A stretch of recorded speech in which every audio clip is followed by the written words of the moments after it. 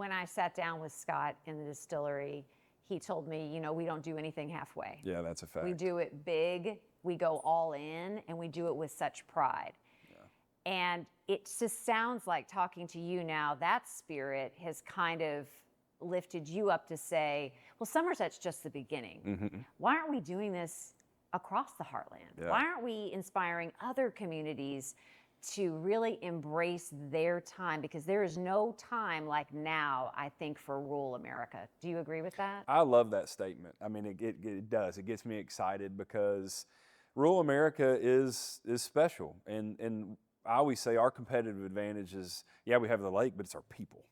And I believe that with all my heart. And I think that's the case across Kentucky. I think it's the case across all of Middle America. And that's not to say that I don't love the coast.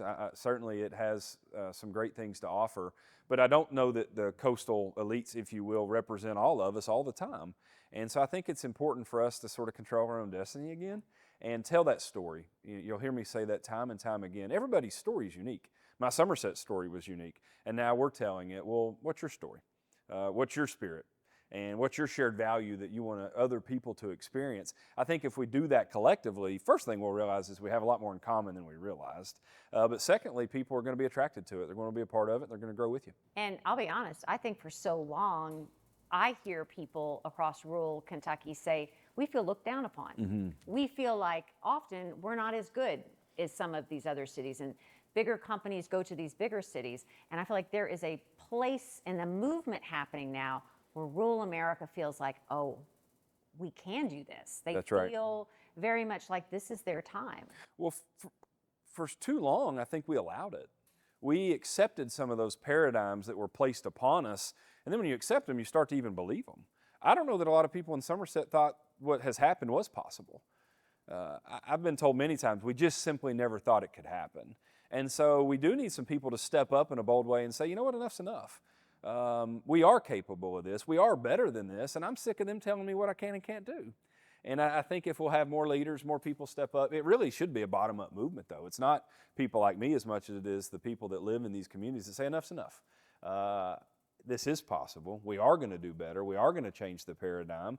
And if you don't believe me, hang tight and watch. Do you still keep in touch with the mayor of Jerusalem that inspired your spirit and that? You know, sadly, we actually never got to meet. So when I say he was called in on reserve duty, over there, when you're called in, you don't really have a choice. It's such a small country. Yeah. That meeting never happened.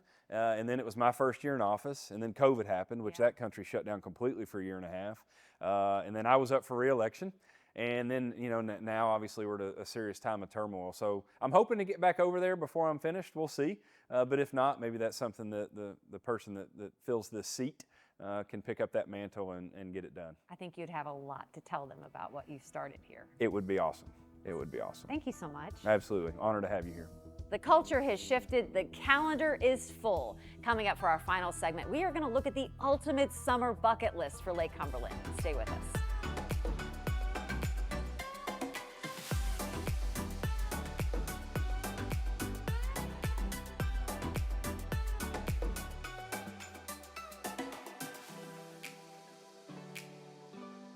And we're going to wrap things up back here at Horse Soldier Farm, joined once again by Michelle and Leslie, who are telling us all about the biggest small town 4th of July celebration and how it's only just the beginning. So are you all tired yet of planning events, right? I feel like we've gotten to 250 and all the events that are being planned around that. That's a lot. Mm-hmm. And there's like so much more because then you have the whole rest of the year.